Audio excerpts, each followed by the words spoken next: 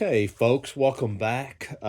This saw is so fun to work on. This is a Tecumseh Power Products engine. It's actually a Lauson Power Products. You can see it right there. And later bought out in 1955 by Tecumseh. Let's go ahead and start opening this thing up. Ugh.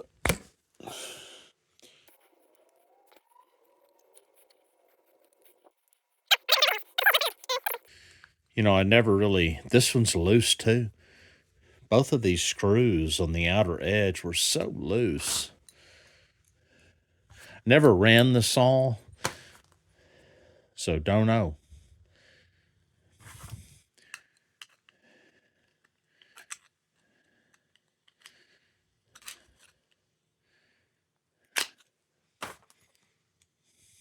All right, here's where we have to be careful, and we have to make very careful note of how we're taking this apart. So, crusty crap up there is kind of a good sign that it was good to take this apart anyway. I'm going to put this here. And then we have our upper diaphragm here, which is very normal. I'm not even going to tear this apart because it's already broken. There's a second gasket underneath this, okay? But just want to take a look at that. And then I think this brass nut here, and that's actually most likely the seat. We're going to see if I'm right in a second, but I think that that's the seat. But you take that out, and then the needle is down inside that.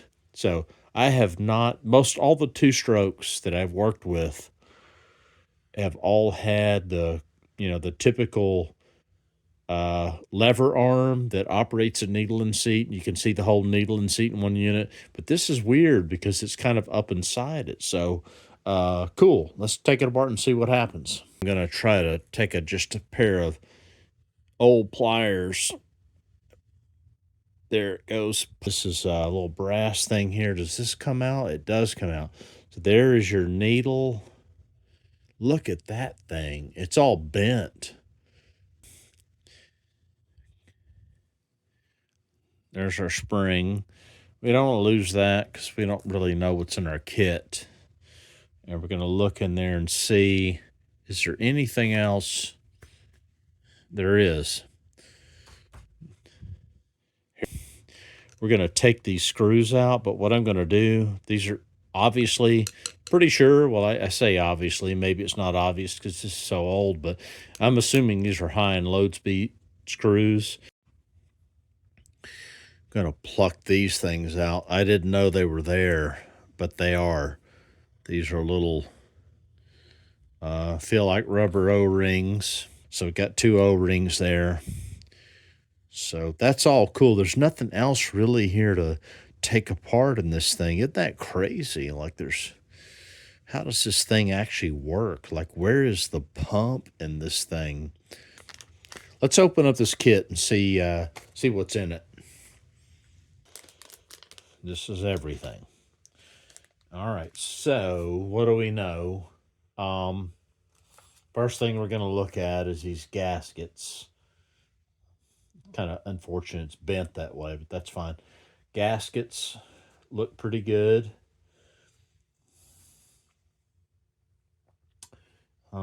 Just kind of matching up the holes. I believe that matches. That's fine. Got our two rubber O-rings. Let's look at our seat. Gonna compare this. The old one, that looks to me like that's gonna be okay. Got our spring. I'm just eyeballing that. The spring looks okay. We've got this little metal washer thing that we talked about. We have that. And then, so this is different. So we don't know where this is. This is a little rubber O-ring piece. Not sure where this is on these pieces. I believe maybe, is it in here? This is the old one. Push this out.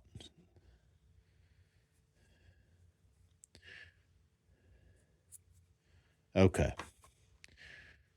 That's the old one. So far, tit for tat, everything is okay. But that's what these are, is Welch plugs. You don't always have to replace those. You only want to replace them really, or open them up, or if you think you need to clean something up underneath in the carburetors. Need to think about this if we want to open that stuff up or not and mess with it. But there's only two. There's this one and then there's that one. So okay, so we have taken the core here and we have washed it all out really good with carb cleaner. And I'm going to tell you, I'm going to blow it out with compressed air here, okay? But if you have access to an ultrasonic cleaner, use it. So for now, we're just going to blow it all out and go from there.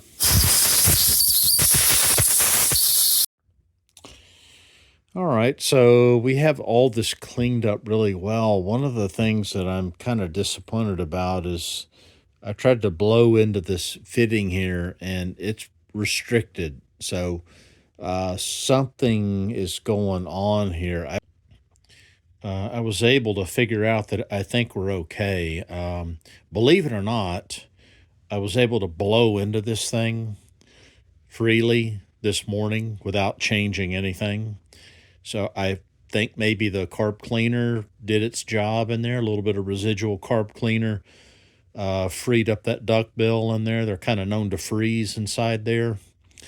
I ended up taking some compressed air and blowing into here, and it does release and come out here. Rest of the carburetor looks clean. I am not going to take out these Welch plugs. Kind of wanted to do that just to show you what it's like, but you know, there's a little bit of a risk doing that because if you don't get the new ones in there sealed tight, you're kind of, you know, went down a path you probably shouldn't have gone down. So first thing we're going to do is put this needle and seat back in.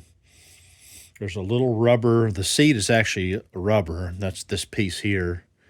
So I'm going to carefully put that in. You don't want to get it in there sideways. It's got to go in there flat like this one. And I'm just going to push it down and seat it like that. And then your needle goes in there. It's kind of sticking up here. Notice it's just tickling up a little bit so that, you know, to open it up, it just needs to come up a little. And then I'll show you in a second. The diaphragm here, that little bulb there, pushes down on this tip and opens up that needle and seat. So the other thing we want to be careful about is I'm actually going to reuse this ring because the old one that I put on there, I messed it up. When you weren't looking, I tried to put that needle and seat in there and I actually end up chewing it up. This was the new one because I wasn't careful enough. I was a little sloppy. So I'm doing it different this time. Put the spring on the end of that, like that. And then I'm going to put this in upside down and not make the same mistake I made last time. Like that. And then, yes, I'm using these pliers again to fit this in place. Needs to be tight enough to seal, like that, so that feels pretty good. And then I'm just going to push on the end of this.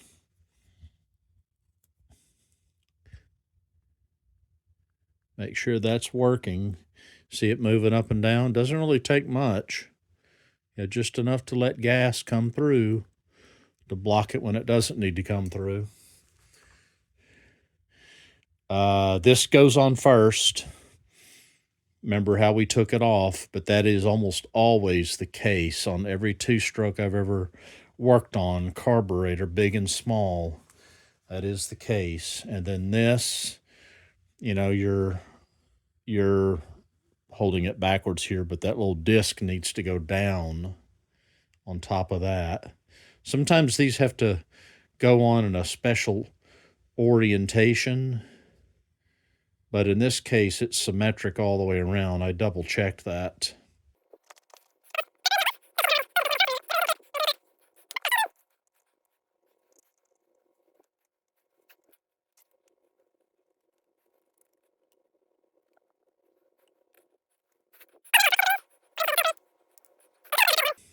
But you don't need to get them ridiculously tight either.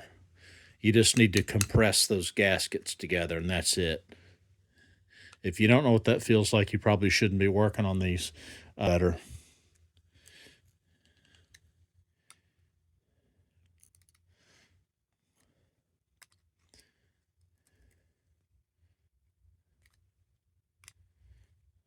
Okay, that looks pretty good. So now we need to put our speed screws back in.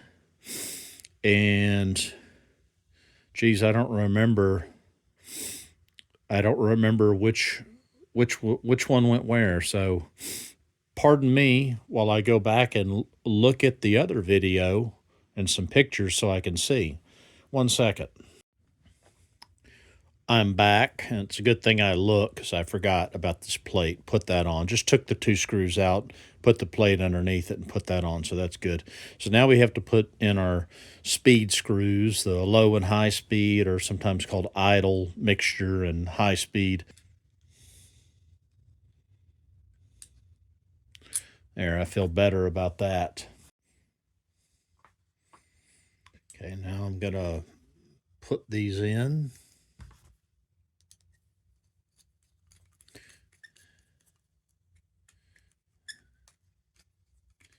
And here's the thing on these. I know we checked to see how far they were screwed in and turned out before, and that's always good to do that just so you know where it was.